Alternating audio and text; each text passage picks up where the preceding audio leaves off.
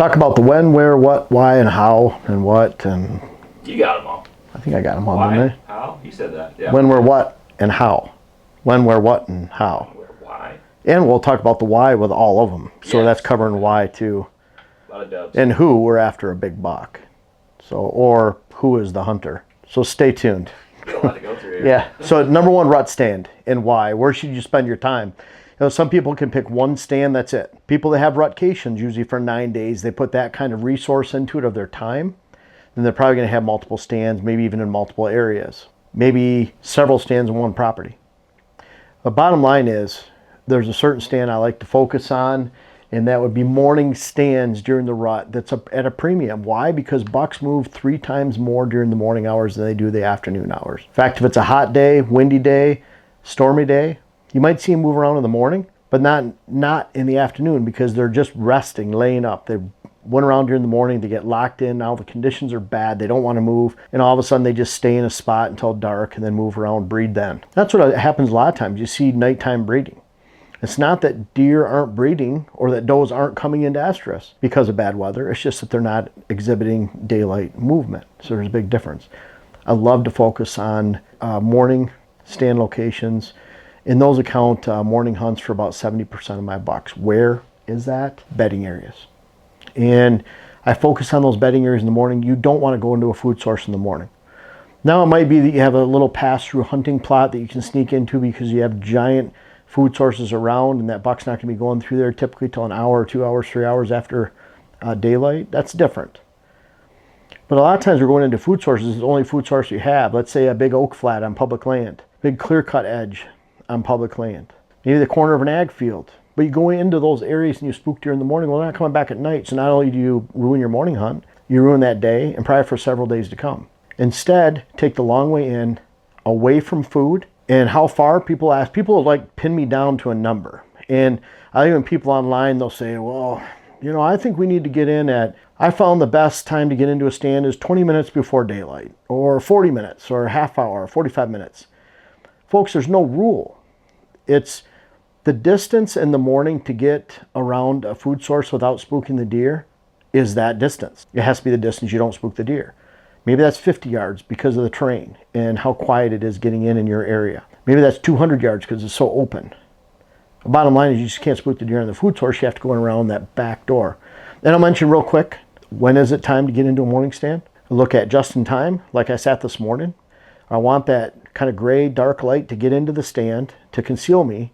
But then I want to start getting light as soon as I get in there because I'm counting on the thermals to lift. I'm looking at it like I don't want to sit there for an hour before daylight because every minute ticks by, a deer can get downwind to me in that location because there's decent cover. There's a bedding area. There's a travel corridor that they'll use in the dark but not during the light. So that's a just-in-time stand. You get there just in time, starts getting daylight. You're not spending an excessive amount of time before daylight where you can spook a deer, ruin your hunt before it happens. Then you have a post-daybreak stand entrance where you're waiting for the fields to clear. You go through the field straight to a stand and blow your scent back out into the field. And then finally, you have a early stand where you can get in there as early as you want. Just whatever floats your boat. Could be 45 minutes early, hour, hour and a half, whatever is legal in your state. If you want to get there 3 hours before, the bottom line is when you're sitting in that stand, your downwind is blocked in some manner. That could be a steep cliff, it could be a waterway, a lake, a neighbor's house, neighbor's cow pasture, somewhere where those deer aren't going to be that you can blow your scent into before it gets daylight so that you don't ruin your hunt before it ever begins. Just a little bit of extra stuff. That's another video. Bedding areas though. Doe versus buck bedding area. So Dylan. Yep. I think we have a common focus on this. What are you thinking? I would like to focus on doe bedding once we get into the rut. Yeah, me too. It seems like that buck might go to his bedding area, but really he's looking for does. And that's what we're talking about tonight. We're hoping Bo takes more of a parallel approach to the field. At some point he will.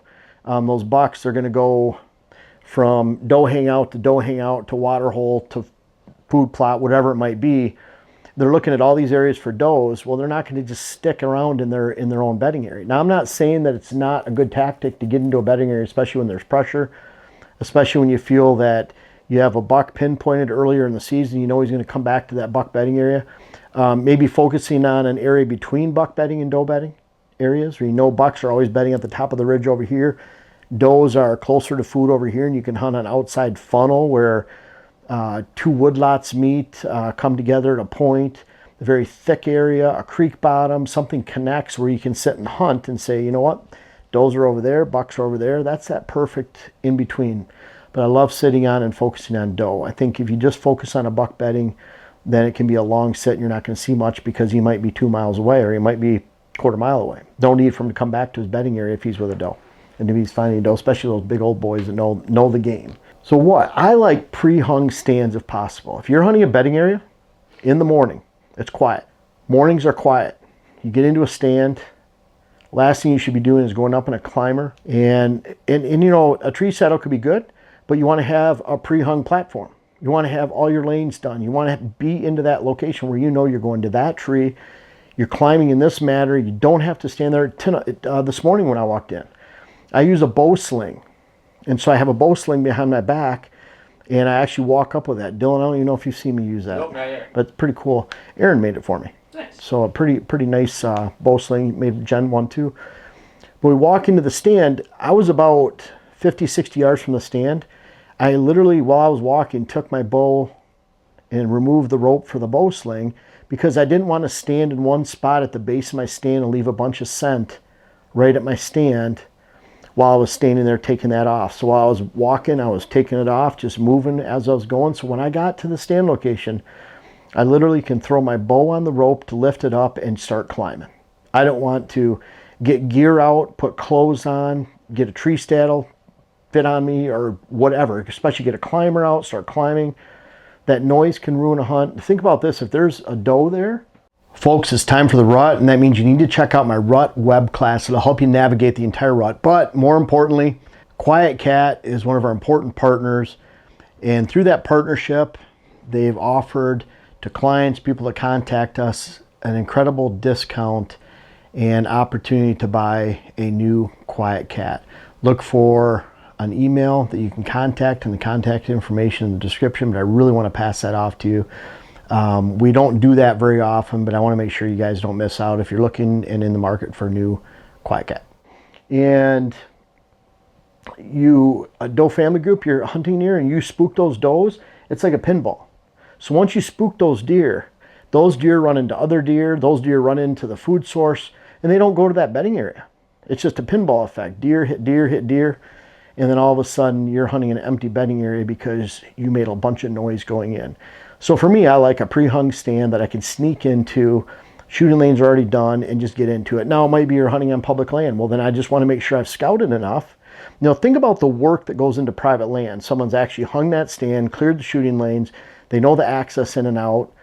Public land's awesome. You don't have to plant any food plots. You don't have to do any water holes, maybe even mock scrapes. Just go hunt.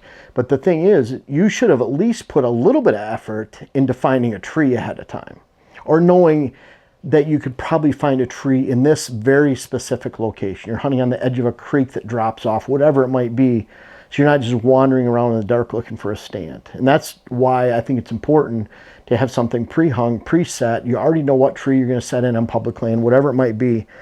Again, think of all that effort that private landowners are putting into their private land. You should do the same on public land. Spend a lot of time scouting, finding these areas ahead of time. How often should you sit in these stands? I find that 1 to 2 times per week is awesome. And what I mean by that is, maybe in the early season, if you hit a stand twice in a week, that might overdo it. 3 times in a week, especially 4 times, the deer get used to you being there. I want enough time for those does to be back into that area or around that area that I'm going to sit in. And that sometimes only takes 2 or 3 days because people are hunting on other properties. All of a sudden these does come in. They've been there for 2 days. You've waited 5 days in between sits and you're going back into almost a fresh stand. But again, your approach has already been taken care of. Where you're blowing your scent, you're always on the outside of the bedding area, not in the bedding area. That's really key. So then you can live to hunt another day. You're just going to the outside. I hunted this morning. I'm on the edge of the bedding area. Didn't see a deer. Get out of there. Monday, I saw a bunch of deer. I saw 12 does, 3 bucks. Saw a nice buck that I passed up. Nice 10-point, heavy 10-point. So bottom line on those type of stands, you can still get away maybe even 3 times a week. But pick your times. You're when you get out and you're wondering if I should hunt this again, ask yourself, did I spook deer? Because if I spook deer there, I want to wait a week or more. I want to, especially during the rut. And it's during the rut, I know you're itching to go, but wait some days in between and then go back. Because if you hit it again the next day, the next day, the next day, thinking, well, something's going to come in, those bucks know. They know. And I think I didn't see a buck this morning, you know, that buck I'm after, because when I start seeing a bunch of does, it seemed like those bucks follow. They know that if this bedding area is vacant, why would they be there? They're looking for scent. They're looking for sign. If they're not finding pellet, urine scent, they're not smelling any does that are in there, why are they going to go in there? So they know something's up. And so once you start seeing does and fawns in these doe bedding areas, then you know the game's on and that mature buck might be there, especially if you've given it some time to rest. So my number one rut stand, morning stand, bedding area, hunt carefully, make sure everything's preset, and man, what a great hunt. I'm going to be hitting a lot of these over the next 2-3 weeks, and I cannot wait. I appreciate you guys watching the YouTube channel, but I don't know if everyone knows everything that we have to offer, whether it's on whitetailhabitatsolutions.com, our website, our WHS Wildlife Blends, our seed company. Also Instagram you can check out. I'm very active on Instagram, putting strategies on there, photos of what we do every day. Much more active there than Facebook.